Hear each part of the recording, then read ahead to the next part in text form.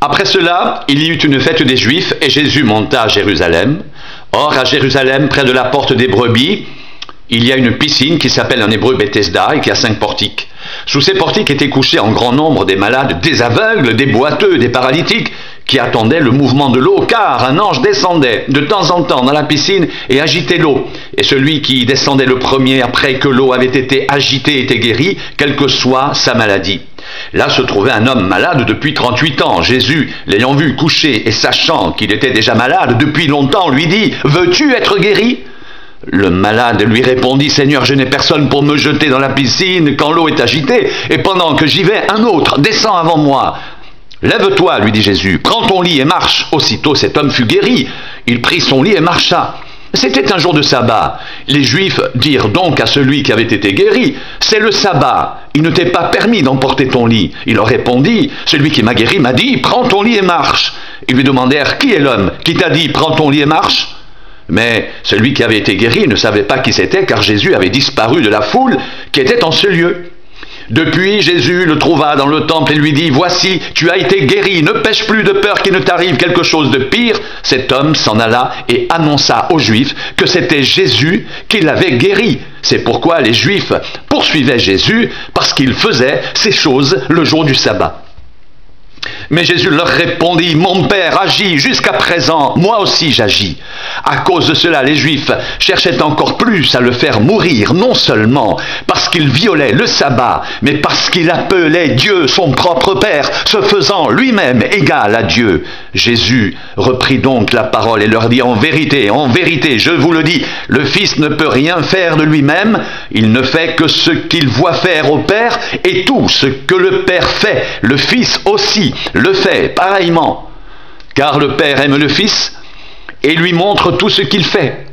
Et il lui montrera des œuvres plus grandes que celles-ci, afin que vous soyez dans l'étonnement, car comme le Père ressuscite les morts et donne la vie, ainsi le Fils donne la vie à qui il veut.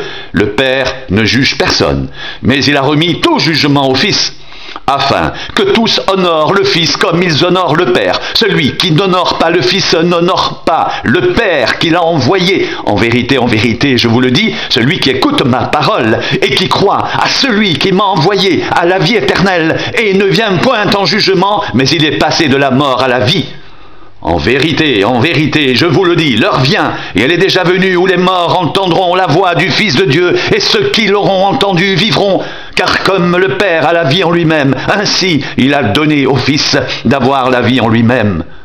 Et il lui a donné le pouvoir de juger, parce qu'il est Fils de l'homme. Ne vous étonnez pas de cela, car l'heure vient où tous ceux qui sont dans les sépulcres entendront sa voix et en sortiront. Ceux qui auront fait le bien ressusciteront pour la vie, mais ceux qui auront fait le mal ressusciteront pour le jugement. Je ne puis rien faire de moi-même. D'après ce que j'entends, je juge, et mon jugement est juste, parce que je ne cherche pas ma volonté, mais la volonté de celui qui m'a envoyé. Si c'est moi qui rends témoignage de moi-même, mon témoignage n'est pas vrai. Il y en a un autre qui rend témoignage de moi, et je sais que le témoignage qu'il rend de moi est vrai. Vous avez envoyé une délégation vers Jean, et il a rendu témoignage à la vérité. Pour moi, ce n'est pas d'un homme que je reçois le témoignage, mais je dis ceci, afin que vous soyez sauvés. Jean était la lampe qui brûle, et qui lui, et vous avez voulu vous réjouir 1 heure à sa lumière. Moi, j'ai un témoignage plus grand que celui de Jean, car les œuvres que le Père m'a donné d'accomplir, ces œuvres mêmes que je fais, témoignent de moi, que c'est le Père qui m'a envoyé, et le Père qui m'a envoyé a rendu lui-même témoignage de moi. Vous n'avez jamais entendu sa voix, vous n'avez point vu sa face, et sa parole ne demeure point en vous, parce que vous ne croyez pas à celui qui l'a envoyé. Vous sondez les Écritures, parce que vous pensez avoir en elles la vie éternelle.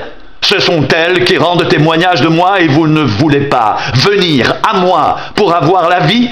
Je ne tire pas ma gloire des hommes, mais je sais que vous n'avez point en vous l'amour de Dieu. Je suis venu au nom de mon Père, et vous ne me recevez pas. Si un autre revient en son propre nom, vous le recevrez. Comment pouvez-vous croire, vous qui tirez votre gloire les uns des autres et qui ne cherchez point la gloire qui vient de Dieu seul?